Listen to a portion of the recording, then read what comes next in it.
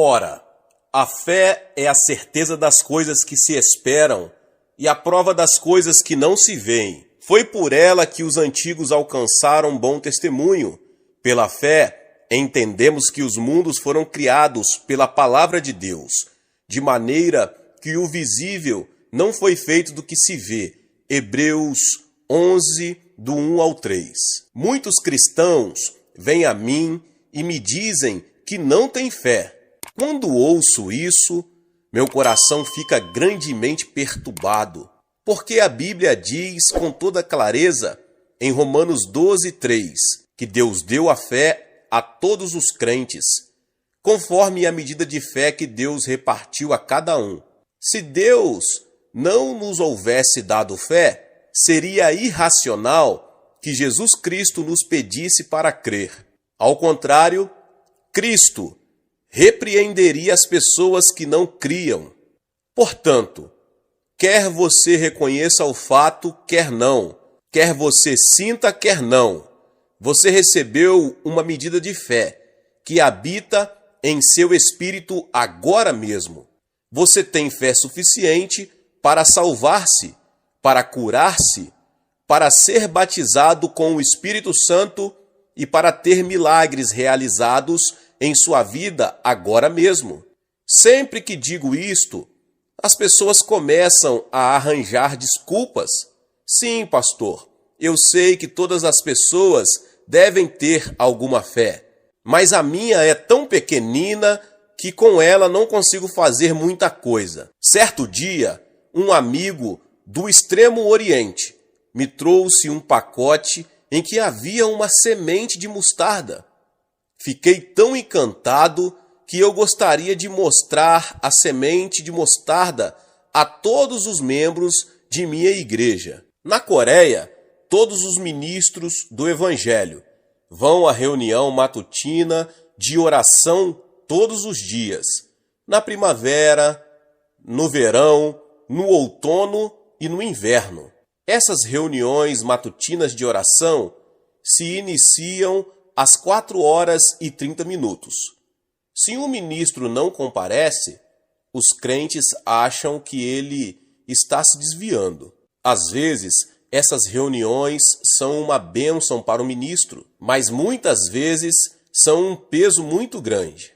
Em certa manhã, numa reunião de oração, falei sobre fé.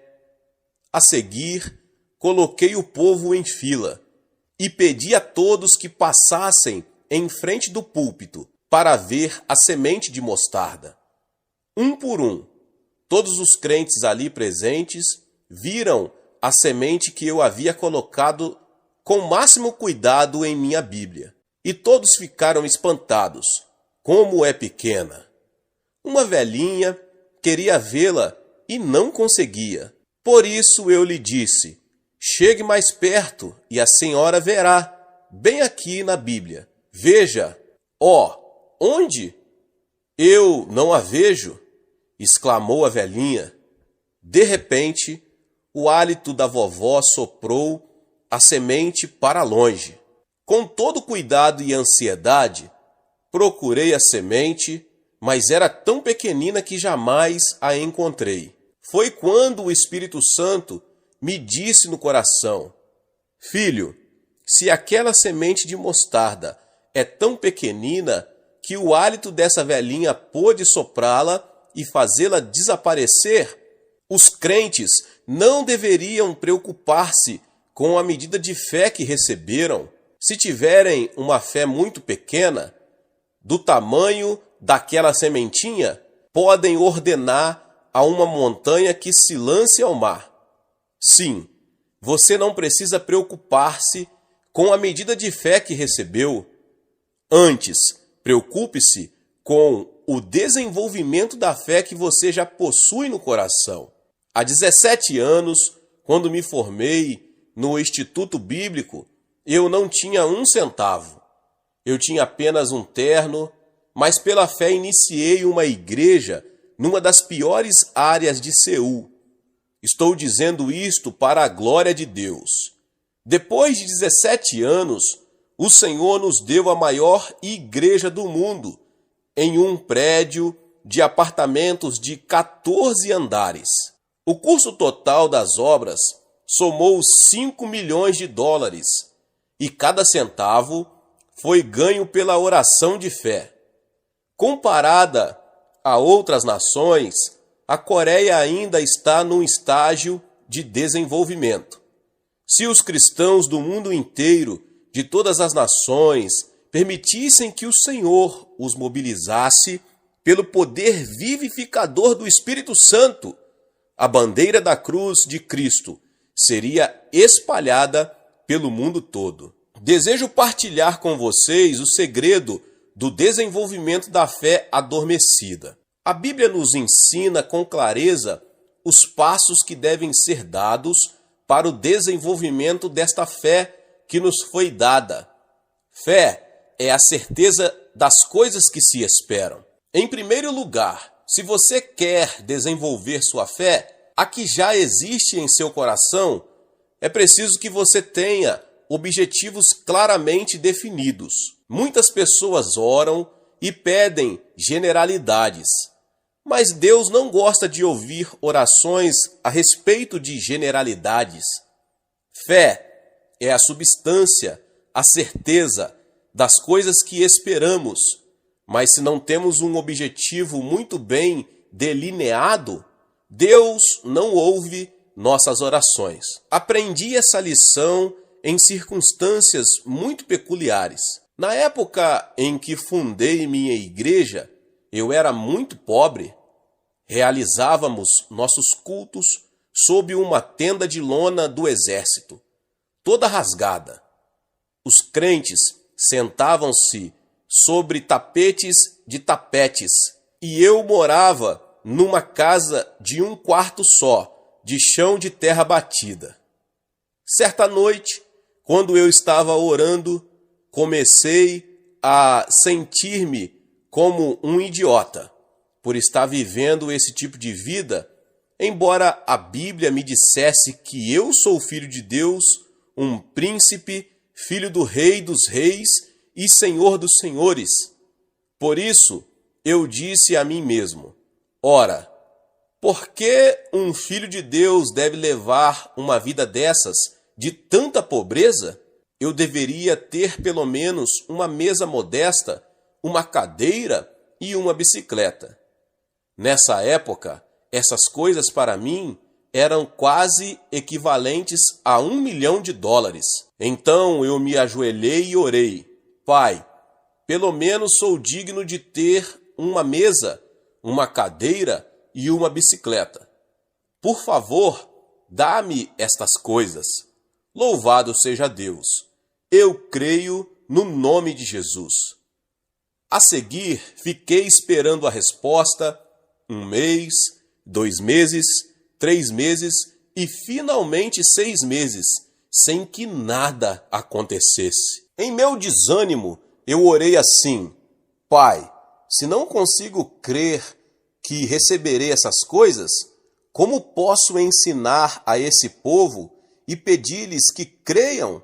Serei um tremendo hipócrita se lhes pedir que creiam em coisas em que eu próprio não creio. Eu pedi uma mesa, uma cadeira e uma bicicleta há mais de 6 meses. Por que não me respondestes? Eu sei que tu não mentes e sei que tu vais responder-me, mas não sei quando. Se esperares até que eu morra, que proveito terei? Pai, podes tu apressar a resposta a meu pedido? Depois de eu ter orado, senti uma paz maravilhosa entrar em minha alma. A seguir, a voz tranquila de Deus começou a fazer-me ouvir distintamente em meu coração. O que o Senhor disse revolucionou minha vida toda. Filho, ouvi sua oração há 6 meses. Estou esperando um pedido específico, bem definido. Você está pedindo coisas em termos tão vagos que não consigo atender a seu pedido. Há tantos tipos diferentes de mesas, tantos tipos diferentes de cadeiras e tantos tipos diferentes de bicicletas.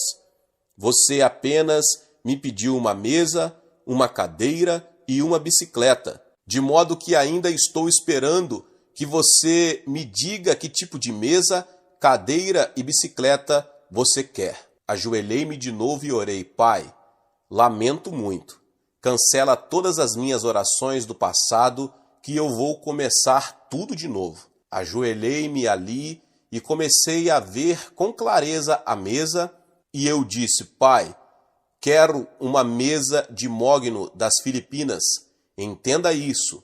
Se eu devia pedir coisas a Deus, devia pedir o melhor. Daí prossegui: quero uma cadeira de ferro com rodinhas, de modo que eu possa sentar-me e rolar a cadeira de um lado para o outro. Não quero uma bicicleta feita no Japão ou na Coreia, porque são fracas. Quero uma feita nos Estados Unidos. Eu havia feito um pedido definido ao Senhor, e ele não podia cometer um engano. Eu estava cheio de esperança, de alegria e de fé. Louvei ao Senhor pela sua bondade e fui dormir. Na manhã seguinte, às 4h30, eu estava pronto para ir à reunião de oração da igreja. Olhei bem dentro da minha alma e me senti desanimado. Na noite anterior, eu fora dormir cheio de fé, mas durante a noite parece que minha fé vazou e desapareceu. Ter fé é uma coisa, mas é outra coisa diferente manter a fé viva até que a resposta venha. Então eu orei assim: Pai, ontem à noite eu tinha toda a fé deste mundo, mas por alguma estranha razão, toda a minha fé parece ter se evaporado e sumido de vez. De que forma posso manter minha fé até receber tua resposta? A seguir, cuidadosamente, abri minha Bíblia e meus olhos caíram em Romanos 4,17. Deus que vivifica os mortos e chama à existência as coisas que não são como se já fossem. Aqui estava a resposta. De novo, eu me senti cheio de alegria. Eu podia considerar aquelas coisas como se já me pertencessem. Fui à igreja naquela madrugada e preguei como se o templo todo estivesse em chamas. No fim do culto eu disse: Irmãos, eu tenho uma mesa, uma cadeira e uma bicicleta. Todos aqueles irmãos suspiraram, porque não imaginavam como um pobre pastor poderia conseguir uma mesa, uma cadeira e uma bicicleta de um dia para o outro. Após o culto, alguns jovens puseram-se a seguir-me e ficaram perguntando-me se eu podia mostrar-lhes a mesa, a cadeira e a bicicleta. Não imaginei que alguém fosse capaz de fazer isso, de modo que agora eu me via metido num problemão. Eu sabia que se aqueles jovens entendessem que eu lhes havia pregado uma mentira, o meu ministério estaria terminado ali. Falei bem depressa com o Senhor: Senhor, não foi minha ideia de testemunhar daquela forma, a ideia foi tua. Agora estou enfiado numa encrenca e tu tens que ajudar-me. Estando em oração, recebi sabedoria do Senhor e pedi àqueles jovens que viessem até minha sala. Eles vieram e se puseram a olhar por todos os cantos à procura de uma mesa, uma cadeira e uma bicicleta. Então eu disse: Senhor Paique, eu tenho uma pergunta a fazer. Depois que o Senhor me responder, eu lhe mostrarei minha mesa, cadeira e bicicleta. Disse-me ele: adiante, pergunte. Então eu lhe perguntei: durante quanto tempo você ficou no útero da senhora sua mãe antes de nascer neste mundo? Respondeu-me ele: 10 meses. Na Coreia contamos o tempo pelo calendário lunar. Por isso é que contamos 10 meses o período de gestação do ser humano. Então eu lhe repliquei: você era realmente um feto no útero de sua mãe? Ninguém viu você. Então veio uma resposta impaciente. Que conversa tola é essa? É claro que ninguém podia ver-me lá. Respondi então: você era um bebê que crescia lá dentro. Tanto o era antes como depois de haver nascido. De novo ele concordou com minha declaração. E eu prossegui. Pois então, eu vou mostrar-lhe minha cadeira, mesa e bicicleta. Na noite passada eu me ajoelhei e orei, e concebi uma mesa, cadeira e bicicleta. Estão crescendo aqui dentro de mim. Com isso, eles explodiram com risadas, e de tanto rirem, puseram-se a rolar pelo chão. A notícia espalhou-se, e a partir do domingo seguinte, os homens chegavam a mim e me apalpavam, dizendo: como você está ficando barrigudo? Fiquei envergonhado. Parecia que todos na igreja estavam zombando de mim, mas a partir daquele dia eu sabia que tinha aqueles objetos crescendo dentro de mim. Por isso, eu louvava o Senhor e me sentia muito feliz. Alguns meses depois, uma família americana estava de mudança da Coreia para os Estados Unidos e me pediram que os ajudasse a empacotar suas coisas. Senti-me feliz pela oportunidade de ganhar um dinheirinho extra e então corri à casa deles. Ao entrar pela garagem daquela casa, senti algo estranho dentro de mim e me perguntei o que estaria acontecendo. Olhei à direita da garagem e vi ali a minha bicicleta. Corri até ela e examinei-a. Uma etiqueta informava: fabricada nos Estados Unidos. Toquei-a no guidão e disse: pai, chegou a hora do parto? Tenho certeza de que esta é a minha bicicleta. Subi ao segundo andar e, enquanto estava trabalhando, ouvi a família discutir a questão de vender a bicicleta. Parei de empacotar por um momento, levantei-me e orei: pai, eles não podem vender aquela bicicleta. Estive carregando-a dentro de minha barriga durante 6 meses. Tu sabes que eles não podem vendê-la. Em seguida, a dona da casa veio a mim e me disse: pastor, o senhor gostaria de comprar essa bicicleta? Em meu coração eu pensei: por que deveria eu comprar essa bicicleta? Tenho estado carregando-a já faz 6 meses. Eu apenas disse a ela que não tinha dinheiro. Ela se dirigiu a seu marido e disse: vamos dar essa bicicleta ao pastor. Ele anda quilômetros e quilômetros para fazer suas visitas pastorais. O marido respondeu com um não bem redondo. Mas eu sabia em meu coração que eu ia ganhar aquela bicicleta, porque eu havia aprendido que quando um marido e uma esposa americanos começavam a brigar, a esposa sempre acabava ganhando a discussão. Por isso continuei a louvar o Senhor. Passado alguns momentos, o marido chegou-se a mim e me disse: pastor, aquela bicicleta é sua. Pode levá-la para casa. Eu acabara de dar à luz aquela bicicleta com toda segurança. Desci correndo as escadas, fui à garagem e peguei-a. Levei-a para casa, louvando a Deus. Enviei recados às pessoas que viessem ver a bicicleta que eu dera à luz. Muitos vieram e, depois de ver a bicicleta, se admiraram e decidiram que aquela minha teoria realmente funcionava. Mas alguns me perguntavam: onde está a sua mesa e cadeira? No dia seguinte, voltei à casa dos americanos para continuar ajudando-os. E quando eu entrei no escritório, fiquei espantado de ver ali minha mesa e cadeira. No mesmo instante em que vi aquela mesa de mogno filipino e aquela cadeira feita no Japão com rodinhas, entendi que me pertenciam. Sentei-me em minha cadeira e pus-me a correr para lá e para cá. Puxei uma das gavetas. Lá estava um bloco de papel sem pauta de datilografia, um tinteiro, tinta e um relógio despertador. Naqueles dias eu era tão pobre que não tinha dinheiro para comprar papel para escrever meus sermões. Eu tinha que usar as margens dos jornais velhos para fazer meus esboços. Eu não tinha canetas, tinha que catar tocos de lápis na rua, colocar um pedaço de bambu neles e usá-los.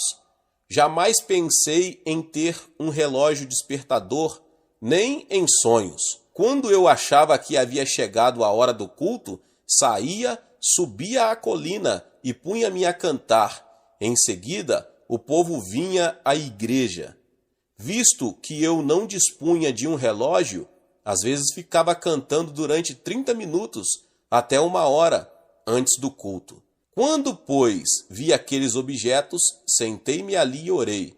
Pai, eu não pedi todas essas coisas, mas, por favor, inclua-as agora mesmo, pois tu és aquele que provê abundantemente. Lembrei-me de Josué e pus-me a marchar ao redor da mesa, afirmando que ela me pertencia. Logo depois, a família me pediu que eu levasse aquela mesa, cadeira e todas as demais coisas para minha casa. Passavam a pertencer-me. Eu as levei para o meu quartinho. Quando me sentei na cadeira, lembrei-me subitamente que se eu usasse em meu ministério aquela mesma lei de fé, o sucesso seria muito grande e todo para a glória de Deus. Por que não deveria eu usar essa lei da fé? A partir daquela época, eu jamais orei de modo genérico, mas procuro ver as coisas com máxima clareza, com os olhos da fé. Se você não tiver uma visão nítida, muito nítida mesmo, de seu objetivo na vida, Deus não pode dar-lhe uma resposta definida às suas orações. Lembre-se de quando Jesus estava descendo a estrada de Jericó e o cego Bartimeu se pôs a clamar: Jesus, filho de Davi, tem misericórdia de mim. Todos sabiam que Bartimeu estava clamando pela cura de sua cegueira, mas Jesus lhe perguntou de modo bem específico: que queres que eu te faça?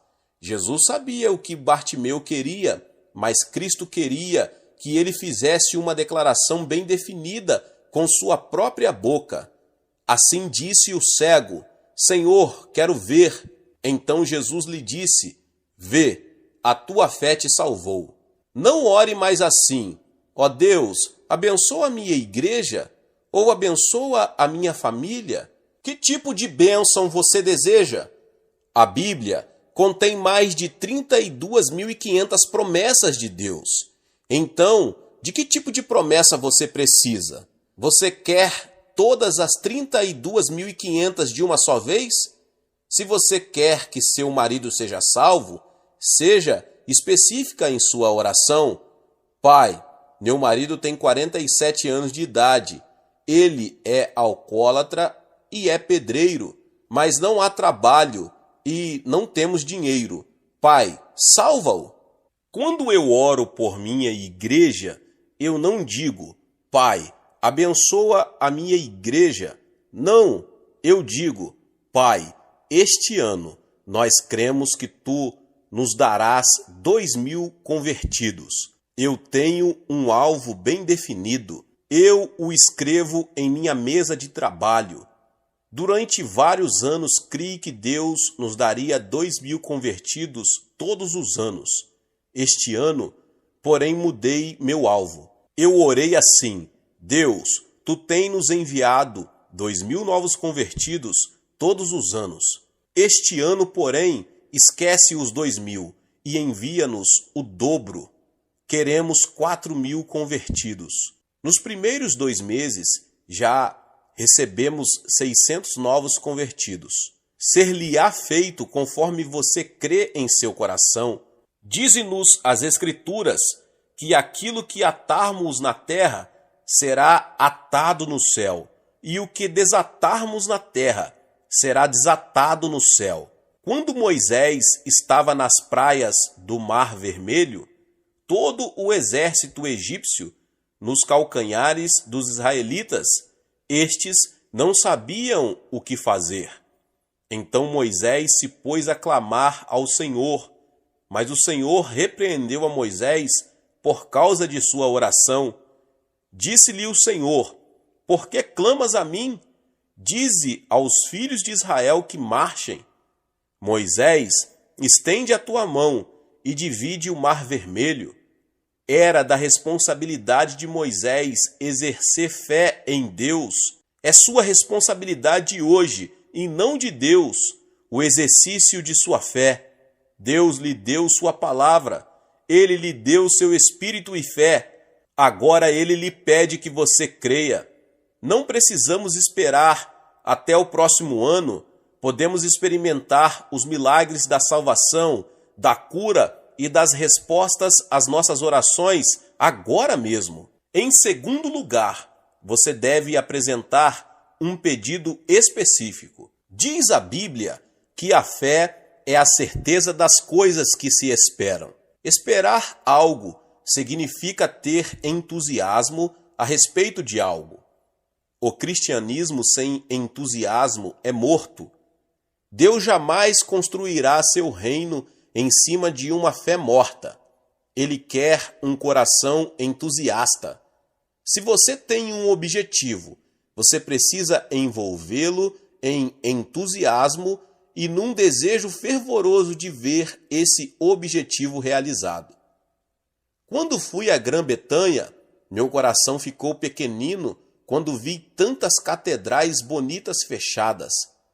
As pessoas deixaram de ir à igreja naquele país. A maravilhosa história do reavivamento wesleyano, do reavivamento do exército da salvação e das ações magníficas de Deus eram apenas um registro histórico nos livros.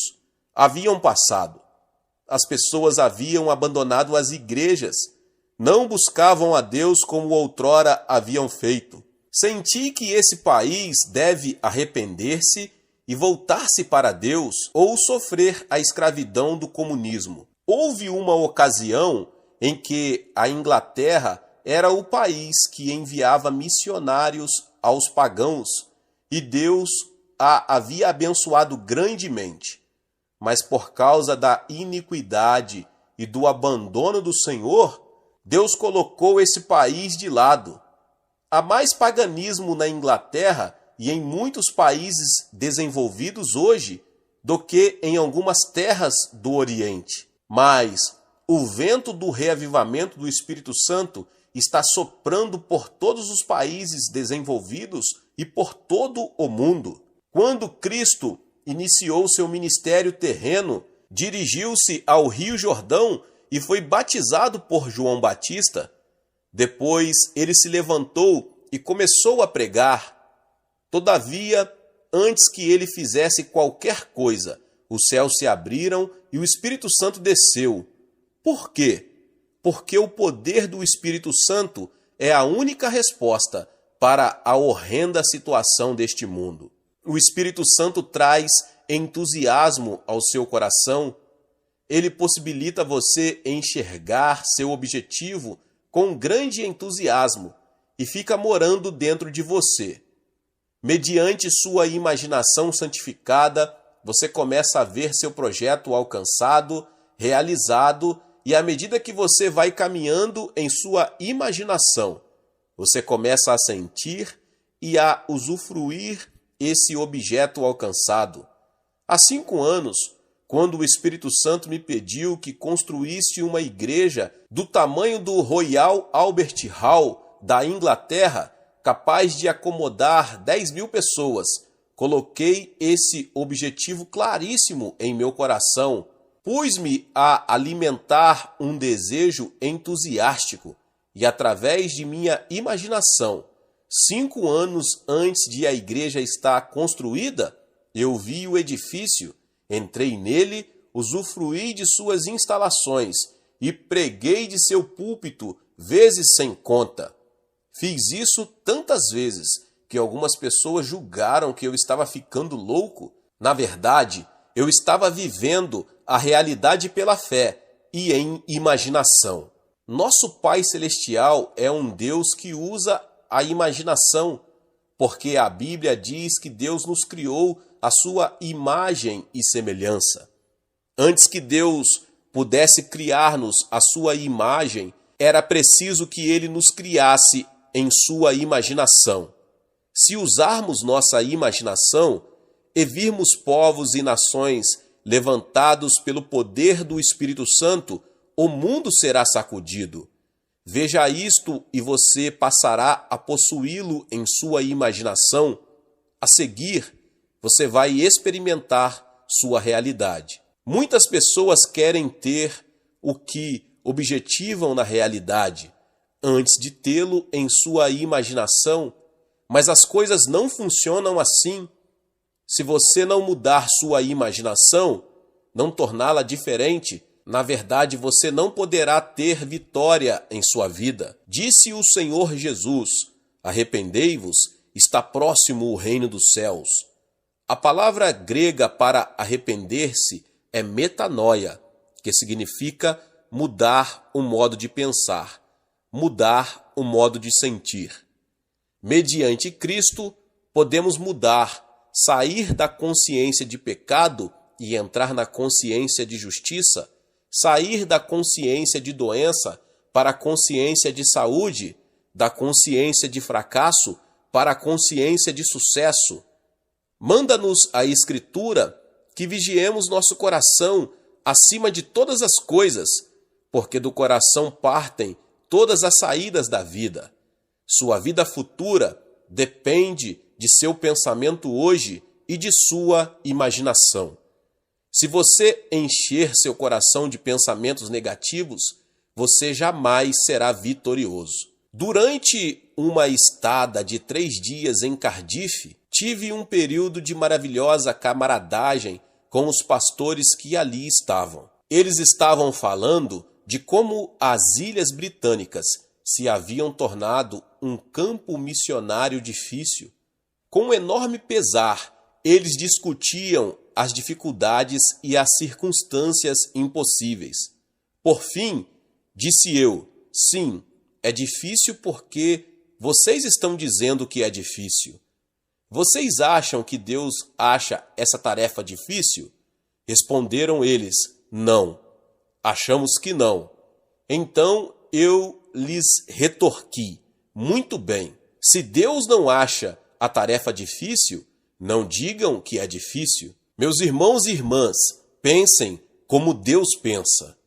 Veja as coisas como Deus as vê, fale como Deus fala, mude sua imaginação, adquira uma expectativa entusiástica e veja seus objetivos realizados. Em terceiro lugar, consiga as coisas pela fé. Em certo sentido, os cristãos são artistas. Tomamos o pincel da oração, mergulhamo-no na tinta da palavra de Deus e começamos a pintar nossos objetivos na tela de nossos corações pela fé. Finalmente, ei-los pintado todos ali, tudo realizado, o marido salvou-se, os filhos voltaram-se para o Senhor, a igreja foi construída e a nação reavivada. Desenhe o quadro com toda a clareza em seu coração. Depois, pela fé, ajoelhe-se e ore até que esse quadro seja substituído pelo real, até que o sonho se transforme em realidade. Certeza em grego é upostasis, que significa título de propriedade, documento legal. Desde que você tenha a escritura de propriedade de uma casa, essa casa lhe pertence. Desde que você tenha a escritura de propriedade de um terreno, esse terreno lhe pertence. Depois de traçar um quadro lindo em seu coração, você se ajoelha e ora. Uma tremenda paz inunda seu coração e você passa a ter certeza de que Deus respondeu a sua súplica. Pela fé, você passa a possuir o título legal de propriedade e o bem vai para a pessoa que possui a escritura definitiva. Estando eu orando, pedi a Deus 3,5 milhões de dólares, necessários para eu construir minha igreja. De início, esse projeto me parecia uma das altíssimas montanhas dos Alpes. O peso desse empreendimento era esmagador e piorou depois que eu me dirigi ao tesoureiro da igreja e lhe perguntei quanto dinheiro tínhamos no banco. Informou-me ele que dispunhamos de apenas 3.000 dólares. De que maneira poderia eu construir uma igreja dispondo de só 3.000 dólares e sabendo que a renda média de uma família na Coreia, nessa época, era de apenas 300 dólares por ano? Imagine construir essa igreja dispondo de membros desse tipo. Parecia um projeto impossível. Se eu me curvasse perante a matemática, estaria perdido antes mesmo de iniciar. Mas eu me ajoelhei, contemplei a face de Cristo e o Senhor me disse: tudo é possível ao que crer. Então perseverei em oração. Passou-se 1 mês, 2, 3 meses se passaram e eu continuava com aquele grande peso. No meio da noite eu me levantava e ia para um canto de meu dormitório, chorando e clamando diante de Deus. Minha esposa às vezes se espantava e se assustava, com medo de que eu tivesse ficando louco, e tentava persuadir-me a consultar um médico. Com frequência, eu chegava à igreja dirigindo meu carro, mas estava ocupado orando e nem percebia que havia chegado. Eu estava extremamente engajado na oração, pois tinha um objetivo muito delineado. Eu conseguia ver meus quadros com toda clareza e era movido por um entusiasmo tremendo, mas ainda não tinha toda a certeza da realização.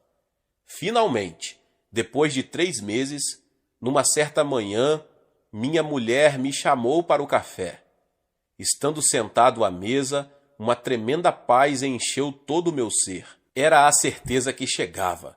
De súbito, eu pulei da cadeira e gritei: "Consegui! Consegui!" Minha esposa veio correndo e me disse: "Acalme-se, acalme-se.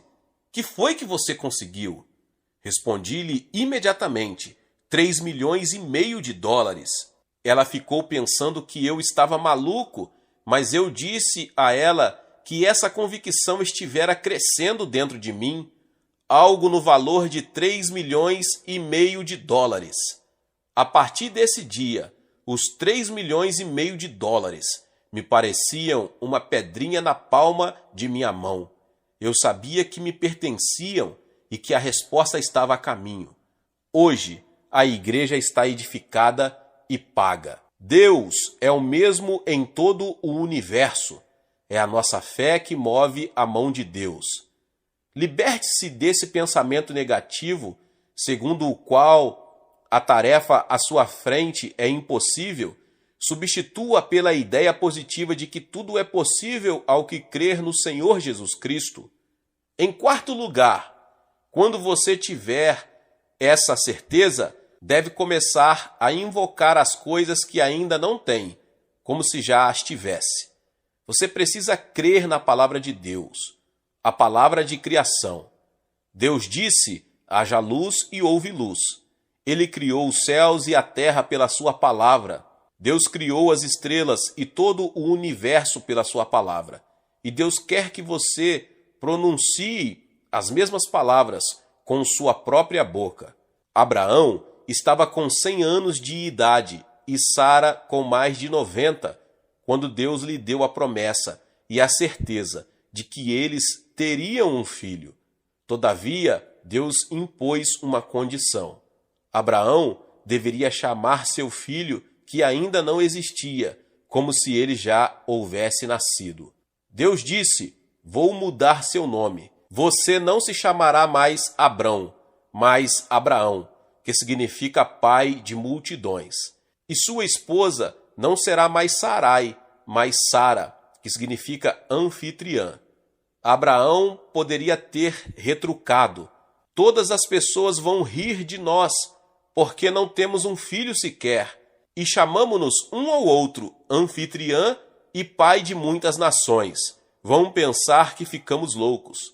Todavia, Deus nunca concorda com objeções tolas humanas. O casal obedeceu a Deus, e quando chegou a hora do almoço, Sarai chamou seu marido, que estava lá fora. Abraão, o almoço está na mesa. As pessoas do vilarejo inteiro ouviram isso e começaram a comentar uns com os outros. Que é isso? Abraão, pai de muitas nações? Coitada da Sarai, ela quer ter tanto um filho que se põe a chamar seu marido de pai de muitas nações. Acho que ela perdeu o juízo. A seguir, ouviram a voz de barítono do marido. Está certo, Sara, já vou. De novo os fofoqueiros da vila comentaram. Como? Sara, a anfitriã? A mãe das crianças? Ele também deve estar maluco. Pobre Abraão. Não tem um bichinho de estimação sequer em casa e ficam chamando um ao outro de pai de multidões e anfitriã. Coitado desses velhinhos. Mas agiram de acordo com a palavra de Deus. E o Senhor nos manda que chamemos as coisas que ainda não são como se fossem. Devemos agir como se nossas orações já houvessem sido respondidas. Pronuncie a palavra de criação. Os apóstolos do Novo Testamento, os discípulos de Jesus Cristo, jamais relataram ou choraram diante do público, mas simplesmente pronunciavam a palavra de criação.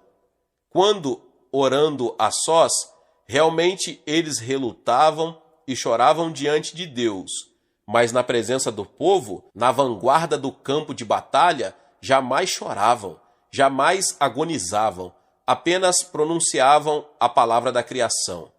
Não tenho prata nem ouro, mas o que tenho te dou. Em nome de Jesus, o Nazareno, levanta-te e anda. Por que nós não podemos dizer palavras assim? Temos o mesmo Deus, a mesma fé e recebemos a mesma promessa. Não se transforme num mendigo santo, torne-se um criador. Quando você tiver certeza, pronuncie a palavra de criação, diga ao seu lar, acalme-se, tenha paz. Diga em seu coração ao seu vizinho que o Espírito Santo venha trazer-lhe convicção. Envie a palavra, dê a palavra, e você verá a palavra distribuída pela fé em seu coração espalhar-se e transformar-se em milagres. Meus irmãos e irmãs, para concluir, eu convoco você a não viver segundo a aritmética, mas segundo a fé. Quando Cristo estava pregando no deserto, 5.000 homens e mais as mulheres e crianças ouviram-no o dia todo. Entendendo que as pessoas sentiam fome, Jesus chamou seus discípulos e lhes ordenou: dai-vos de comer a eles. Esta foi a palavra de criação. Mas Filipe estava tão envolvido com a aritmética que realizou uma pesquisa. A seguir, dirigiu-se a Jesus e lhe disse: Jesus, tu nos pediste que alimentássemos a multidão, mas já é quase noite. Não existe comida para ser comprada, e ainda que existisse, precisaríamos de pelo menos 200 denários. Não temos dinheiro. Filipe apresentou um relatório impecável, correto em todas as minúcias, dando a informação financeira certa. Mas André caminhou um pouco mais pela fé e encontrou 5 pães e 2 peixinhos. Levou-os a Jesus pela fé e com visão, dizendo: Jesus, tenho estes 5 pães e 2 peixinhos. É muitíssimo pouco, mas se tu os abençoares, sabemos que é possível alimentar a multidão. Cristo não repreendeu Filipe, mas deixou-o de lado, dirigiu-se para o lado de André e abençoou o pão e o peixe e alimentou toda a multidão. Você, porventura, queixa-se de que está no deserto, que nossa época é perversa, que um espírito de incredulidade varre o país, que o povo é complacente e ama a indolência? Está você dizendo que é tarde demais para um reavivamento espiritual? Diz você que precisa mais de dinheiro, que precisamos de edifícios e de instalações melhores? Caso contrário, não se poderá realizar a obra de Deus? Está você disposto a ser orientado pela aritmética, ao jeito de Filipe? Ou você vai permitir que Jesus Cristo dirija a sua vida, multiplicando o que você tem? Você vai obedecer a Jesus Cristo, que lhe ordena que alimente esta geração? Ambos, Filipe e André, eram discípulos de Jesus. Estavam ambos no mesmo deserto, à mesma hora, nas mesmas circunstâncias difíceis, mas Filipe foi posto de lado pelo Senhor e André foi aceito. Você prefere ser posto de lado por Jesus? Ser deixado a sós com seus cálculos? Esta época precisa de milagres, e você sabe quem é a fonte de poder miraculoso. Você dispõe do poder do Espírito Santo, tem a palavra viva de Deus e conhece o Cristo vivo. O Senhor está chamando você e pedindo-lhe que dedique sua vida a Ele. Ele está dizendo a você: levante-se e atenda às necessidades desta geração. Eu desejo abençoar este povo. Vamos levantar-nos pela fé e começar a alimentar nossa geração para a glória de Deus. Meus irmãos e irmãs, que palavra abençoada, maravilhosa e poderosa. Se você chegou até aqui e ainda não é inscrito no canal, se inscreva no canal e ative o sininho das notificações, pois todos os dias são postados vídeos abençoados aqui no canal para te abençoar. Deixe também o seu like, não se esqueça de compartilhar, meus irmãos e irmãs, esta palavra com mais pessoas. Nos vemos nos próximos vídeos. Amém!